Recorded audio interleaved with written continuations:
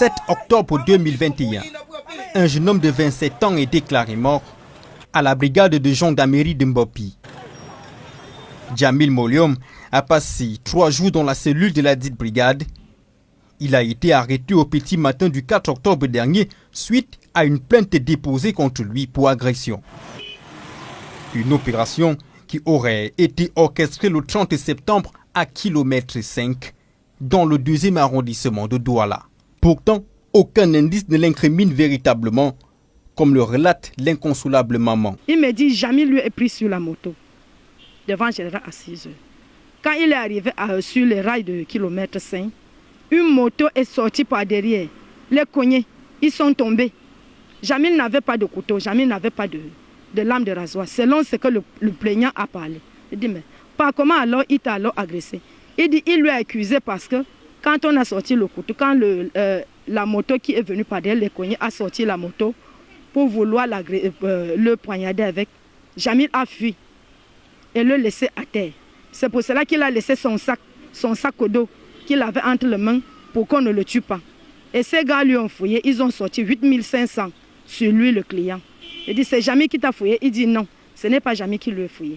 L'enquêteur m'a dit qu'on a effacé les images sur la caméra de surveillance à l'agence générale.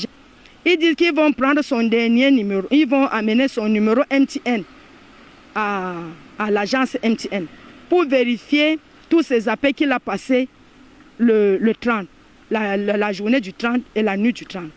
Quand ils ont vérifié, à 5h30, ça a montré qu'il était déjà à la maison chez moi à la BP Cité, en train de faire la prière. Le pire dans cette histoire, elle n'est pas autorisée à voir le corps de son garçon.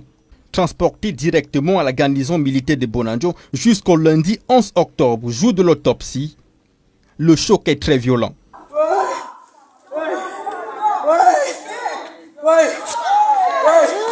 La dépouille présente les traces d'une extrême violence. Parce que ça me dépasse. Comment on peut garder quelqu'un en cellule alors qu'il n'y a pas de preuves? Je suis dépassé. Et on tape même quelqu'un qui n'a... On bastonne une personne. Déjà les premiers insignes, bras droit de l'enfant, c'était un peu serré comme quelqu'un qui a porté la montre pour peut-être 3 mois. Son pied droit était un peu... Il y avait des blessures au niveau des tibiaires. Et ainsi que les plantes de pied droite aussi. Et les orteils, au niveau des orteils, on a vu les taches de sang. Ensuite, au niveau de... je ne sais pas, son anus, il y avait un peu de taches de sang. Et en plus de ça, les narines aussi, un peu de sang qui coulait au niveau des narines. C'est donc un pilier qui s'en est allé dans des circonstances tragiques. Après le décès de son père, Djamil avait abandonné les études pour subvenir aux besoins de sa famille.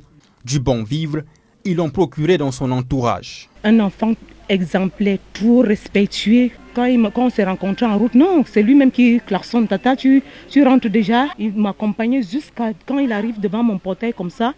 Il gare sa moto. Il monte au portail, il monte à l'étage pour me laisser, pour se rassurer que sa grande soeur est rentrée dans la maison avant de repartir. Même quelqu'un en ce quartier n'a jamais vu manquer le respect à quelqu'un. Donc, pour dire même qu'il a agressé, donc même plus de là. On ne connaissait pas ça de Jamil. C'est pas parce que quelqu'un est mort qu'on va bien parler de lui. Moi, je vous parle de ce qu'il a vécu avec lui. L'autopsie étant en cours révélera les causes réelles de sa mort. Mais la famille qui demande justice dénonce déjà un assassinat. La gendarmerie de Mbopi a tué mon enfant. La gendarmerie de Mbopi a tué Jamil. Jamil Moulo Youssouf est mort en cellule de la gendarmerie de Mbopi.